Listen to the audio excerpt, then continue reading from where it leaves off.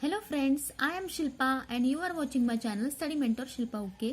सो friends, आज की video में हम बात करने वाले हैं आरआरबी पीओ 2024 के स्ट्रैटेजी के बारे में। ठीक है, सो चलिए वीडियो को स्टार्ट करते हैं। सो देखिए, सबसे पहले तो हमें ये जानना पड़ेगा कि आरआरबी पीओ का एग्जाम इतना इम्पोर्टेंट क्यों है।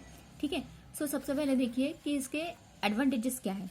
तो सबसे पहली बात तो ये एक बहुत ही अच्छी बात है कि यहाँ पे होगा आपका होम पोस्टिंग। ठीक है, मतलब आपने जिस भी स्टेट से फॉर्म भरा है तो आपको उसी स्टेट में पोस्टिंग मिलेगी। आईबीपीएस पीओ क्लर्क में ऐसा नहीं होता है, उसमें ऑल इंडिया लेवल पर पोस्टिंग होती है। ठीक है, मान के चलिए कि आपने अगर ओडिशा से फॉर्म भरा है तो आपको होम स्टेट पोस्टिंग मतलब ओडिशा में आपको जॉब मिलेगा। ठीक है, नेक्स्ट हम बात करेंगे इंग्लिश और हिंदी। इसका मतलब ये है कि जो मेंस का एग्जाम होगा वहाँ पे जो बहुत से लोगों को इंग्लिश में प्रॉब्लम होती है या उनका वीक सेक्शन होता है इंग्लिश, तो उनके लिए अच्छी अपॉर्चुनिटी ये है कि इसमें आपको हिंदी या फिर इंग्लिश इन दोनों में से कोई भी एक सब्जेक्ट चॉइस करना पड़ेगा। मतलब आप इन दोनों में से एक पेपर सॉल्व कर सकोगे। इसका मतलब ये है कि जैसे आईबीपीएस क्लर्क हो गया, आईबीपीएस पीओ हो गया, उसमें क्या होता है कि इंग्लिश ही लैंग्वेज सब्जेक्ट होता है। ठीक है, मतलब उसमें हिंदी बिल्कुल भी नहीं होता है। तो यहाँ पे आपको ये ऑप्शन अच्छा मिल रहा है कि आप या फिर हिंदी या फिर इंग्लिश सॉल्व कर सकते हो। ठीक है, नेक्स्ट है वर्क प्रेशर। तो वर्क प्रेशर जो है बाकी बैंक एग्जाम से मतलब बैंक से थोड़ा सा कम होता है। इससे आप क्या करोगे कि आपको जॉब लगने के बाद आप नेक्स्ट एग्जाम की तैयारी अच्छे से कर सकोगे। मतलब आपको टाइमिंग अच्छा आप मेंटेन कर सकोगे। ठीक है, तो ये अच्छी बात है आरआरबी पीओ की। अब बात कर लेते हैं सिलेबस की, क्योंकि किसी भी एग्जाम को क्रैक करने के लिए सबसे पहली बात तो इम्पोर्टेंट होती है, वो होती है सिलेबस।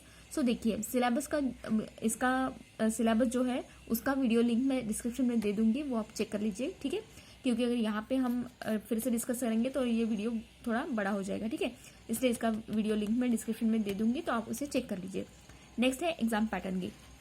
सो एग्जाम पैटर्न का भी मैंने वीडियो ऑलरेडी शेयर किया है चैनल पर, शॉर्ट वीडियो, तो आप वो चेक कर सकते हैं या फिर शॉर्ट में जानेंगे तो देखिए यहाँ पे एग्जाम पैटर्न है प्री एग्जाम। तो प्री में आपको यहाँ पे सिर्फ 2 ही सब्जेक्ट आएंगे, वो है मैथ्स एंड रीजनिंग। उसमें 45 मिनट्स होंगे आपको कंबाइंड टाइमिंग एंड 80 क्वेश्चन होंगे। ठीक है, एंड मेंस में आएगा आपका मैथ्स, रीजनिंग, हिंदी या फिर इंग्लिश, इन दोनों में से आपको एक चॉइस करना पड़ेगा।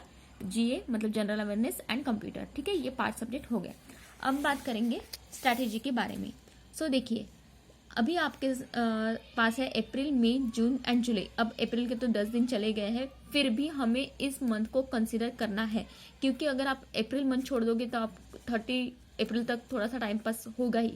ठीक है, इसलिए हमें ये बात ध्यान रखनी है कि हमारे हाथ में अप्रैल है, अभी गया नहीं है, तो इसको हमें अच्छे से यूटिलाइज करना है। ठीक है, तो अप्रैल, मई, जून, जुलाई, ये 4 मंथ हमें बिल्कुल अच्छे से पढ़ाई करनी है। ठीक है, क्योंकि अगस्त में हमारा प्री का एग्जाम होगा एंड सितंबर में मेंस का एग्जाम होगा। ठीक है, 3 अगस्त से एग्जाम ये स्टार्ट हो जाएंगे, आरआरबी क्लर्क एंड पीओ के। ठीक है, ये स्ट्रैटेजी आप आरआरबी क्लर्क के लिए भी फॉलो कर सकते हैं। ठीक है, अब बात करेंगे अप्रैल मंथ की। तो अप्रैल मंथ आपको देना है पूरा सिलेबस कंप्लीट करने के लिए। ठीक है, मतलब ये अभी रिपीटर्स जो है उनका तो सिलेबस कंप्लीट हो गया होगा, या फिर नहीं हुआ है तो भी वो सिलेबस कंप्लीट करने पर ज़्यादा ध्यान देंगे। ठीक है, क्योंकि क्या होता है कि आपके बेसिक्स कंप्लीट मतलब बेसिक्स अच्छे से क्लियर है तो ही आपकी स्पीड बढ़ेगी। ठीक है, इसलिए हमें ये ध्यान देना है कि सिलेबस कंप्लीट करने पर ध्यान देना है। आप चाहे तो मई के 15 डेज भी उसमें काउंट कर सकते हो। ठीक है, तो आपको उसमें सिलेबस कंप्लीट करना है और उसके बाद टॉपिक वाइज प्रैक्टिस करनी है। ठीक है, जो भी मतलब मान के चलिए आपने एक टॉपिक उठा लिया डायरेक्शन का रीजनिंग में। ठीक है, तो रीजनिंग का एक चैप्टर हमने कंप्लीट कर लिया, तो उसके 20 क्वेश्चंस हम प्रैक्टिस करेंगे टॉपिक वाइज। ठीक है, उसी तरीके से आपको एवरी मतलब टॉपिक जो है वो सॉल्व करना है। उसके बाद मई मंथ में आपको सिलेबस तो आपका कंप्लीट हो गया तो ठीक है, अगर नहीं हुआ है तो भी आपको कंप्लीट करना ही है, और उसके साथ साथ क्विजेस भी देने हैं और सेक्शनल मॉक अगर पॉसिबल है तो वो भी आपको देना ही है। ठीक है, क्विजेस के लिए आप अड्डा 247 प्रैक्टिस मॉक कोई भी ऐप यूज कर सकते हो। ठीक है, वो आपके हिसाब से आप चॉइस कर सकते हो। उसके बाद है जून एंड जुलाई, तो उसमें हमें मेंस का सिलेबस कंप्लीट करने में ध्यान देना है। ठीक है, अब हमने प्री का तो पढ़ लिया, तो अब हमें मेंस पर स्विच करना है। ऐसा नहीं है कि पहले प्री एग्जाम क्रैक कर लेंगे और उसके बाद मेंस की प्रैक्टिस करेंगे, तो ये ऐसा बिल्कुल नहीं चलेगा। आपका प्री तो एग्जाम क्लियर हो जाएगा लेकिन मेंस में फिर अटक जाओगे। ठीक है, इसलिए प्री एंड मेंस हमें दोनों को साथ लेकर चलना है। ठीक है, अगर आपका पॉसिबल है, अगर आपका सिलेबस अप्रैल तक कंप्लीट हो जाता है तो आप मई से भी मेंस का एग्जाम मतलब सिलेबस सॉल्व कर मतलब प्रैक्टिस कर सकते हो। ठीक है, किसी भी एजुकेटर को आप फॉलो कर सकते हो। अगर आपको यूट्यूब पर कोई टीचर्स कौन से अच्छे वो जानना है तो उसके लिए मैंने 2024 का रोड मैप वो वीडियो शेयर करूंगी मैं डिस्क्रिप्शन में, तो वो आप चेक कर सकते हैं, ठीक है। उसके बाद बात करेंगे every Sunday revise current affairs weekly. अब आपको डेली तो पढ़ना ही है, लेकिन अगर पॉसिबल नहीं है तो ये तो बिल्कुल ध्यान में रखना है कि एवरी संडे रिवाइज करना है आपको। करंट अफेयर जो भी आप वीकली पढ़ा है वो आपको एवरी संडे रिवाइज करना है, ठीक है। उसके बाद कंप्यूटर 20 मार्क्स का आता है, तो वो आपको अभी सॉल्व नहीं करना है, मतलब अभी उसका प्रैक्टिस नहीं करना है, अभी उसको पढ़ना नहीं है। अभी हमें ज़्यादा से ज़्यादा रीजनिंग, इंग्लिश एंड मैथ्स पर ज़्यादा फोकस करना है, ठीक है। अगर आपको इंग्लिश नहीं देना है तो आप हिंदी के प्रैक्टिस कर सकते हो, ठीक है। तो कंप्यूटर जो है वो आप आफ्टर प्री एग्जाम भी उसका सिलेबस कंप्लीट कर सकते हो, ठीक है। उसके बाद मैथ्स की बात करेंगे तो मैथ्स में 365 DI सीरीज है हर्षल अग्रवाल सर की यूट्यूब पर, तो वो आप चेक कर सकते हैं, उसमें से अच्छे से आपकी प्रैक्टिस हो जाएगी, ठीक है। एंड मेंस का सिलेबस भी हर्षल सर के मतलब उनका चैनल का नाम तो अभी मुझे याद नहीं है, शायद लर्निंग नीति है, हाँ, तो आप वहाँ से सॉल्व कर सकते हैं, ठीक है। उसके बाद है स्पीड मैथ एंड अर्थमेटिक। तो मैथ्स में आपको यही 3 सेक्शन देखने को मिलेंगे, तो आप उसके लिए आशीष अराज सर हैं, उनको फॉलो कर सकते हैं यूट्यूब पर, या आपको जो भी टीचर अच्छे से लगते हैं तो आप मतलब जिनका भी आपको समझ में आ रहा है आप उनसे प्रैक्टिस कर सकते हैं। तो हर्षल अग्रवाल सर या फिर आशीष अरोड़ा सर, ये दोनों टीचर्स मैंने आपको रिकमेंड किए हैं, तो आप उनमें से किसी को भी फॉलो कर सकते हैं, ठीक है। अब नेक्स्ट बात करेंगे रीजनिंग की। तो रीजनिंग में सबसे ज़्यादा तो हमें पजल्स एंड सिटिंग अरेंजमेंट की प्रैक्टिस करनी है।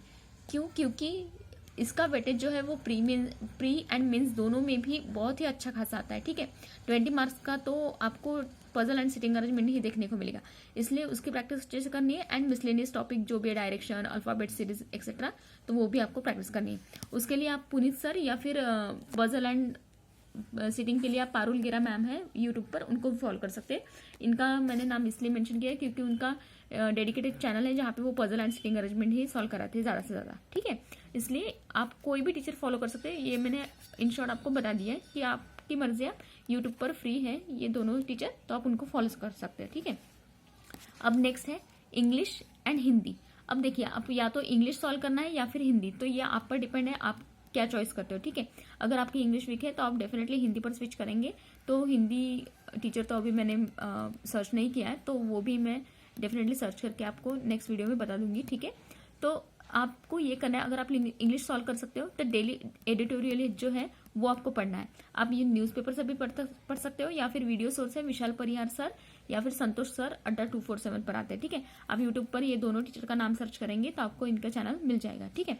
और इंग्लिश में आपको रीडिंग कॉम्प्रिहेंशन ज़्यादा से ज़्यादा सॉल्व करना है, क्योंकि रीडिंग कॉम्प्रिहेंशन जो है वो प्री में एंड मेंस में 8 से 10 मार्क्स का तो डेफिनेटली आता ही है, ठीक है।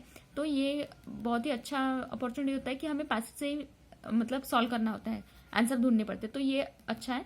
तो इसलिए आपको रीडिंग कॉम्प्रिहेंशन ज़्यादा से ज़्यादा सॉल्व करना है। एंड टॉपिक वाइज फिर आपको जैसे क्लोज टेस्ट हो गया, fill in the blanks, word phrases, replacement etcetera, तो वो आपको सॉल्व करना है टॉपिक वाइज, ठीक है। उसके बाद बात करेंगे कंप्यूटर की।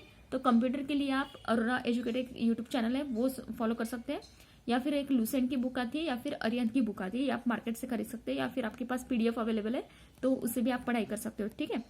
अब बात करेंगे GA की।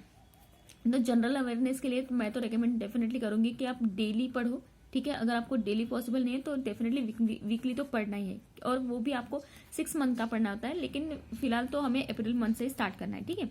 सो उसके लिए आप आशीष गौतम सर है या कुश पांडे सर है यूट्यूब पर, तो ये फ्री में पढ़ाते हैं, आप उनसे सीख सकते हैं, या फिर आपका जो भी मतलब आप जिन भी टीचर को फॉलो करते हैं उनसे भी पढ़ सकते हैं, ठीक है। लेकिन बात यह है कि आपको डेली या फिर वीकली उसकी प्रैक्टिस करनी है, और उसके बाद आपको पढ़ने के बाद उसको क्विजेस लगाने हैं, तो वो आप अड्डा 247, प्रैक्टिस मॉक, कोई भी ऐप यूज कर सकते हैं, ठीक है। अब नेक्स्ट इंपॉर्टेंट टिप है कि in a week 3 mocks of pre plus analysis, मतलब एक वीक में आपको 3 मॉक्स तो देने हैं प्री के, जो आपको अभी नहीं देने हैं अप्रैल मंथ में, ठीक है। वन आप सिर्फ मॉक सॉल्व करने बैठ जाओगे और सिलेबस रहेगा बाजू में, तो ऐसा बिल्कुल भी नहीं करना है। आपको सिलेबस कंप्लीट करने के बाद जब आप प्री पर मॉक्स पर स्विच करोगे तो 3 मॉक्स देने हैं वीकली, एंड उसका एनालिसिस करना है अच्छे से, एंड फिर वीकली 1 मेंस मॉक, और फिर उसका एनालिसिस करना है कि जो भी वीक एरियाज है वो आपको प्रैक्टिस करके मतलब उसकी प्रैक्टिस करके आपको फिर उस पर कमांड करनी है अच्छे से, ठीक है। तो ये थी RRB PO एंड क्लर्क 2024 की स्ट्रेटेजी। एंड फ्रेंड्स, आपको अगर ऐसे ही वैल्यूएबल वीडियो चाहिए तो प्लीज़ मेरे चैनल को सब्सक्राइब कर दीजिए एंड वीडियो को लाइक कीजिए। Thank you.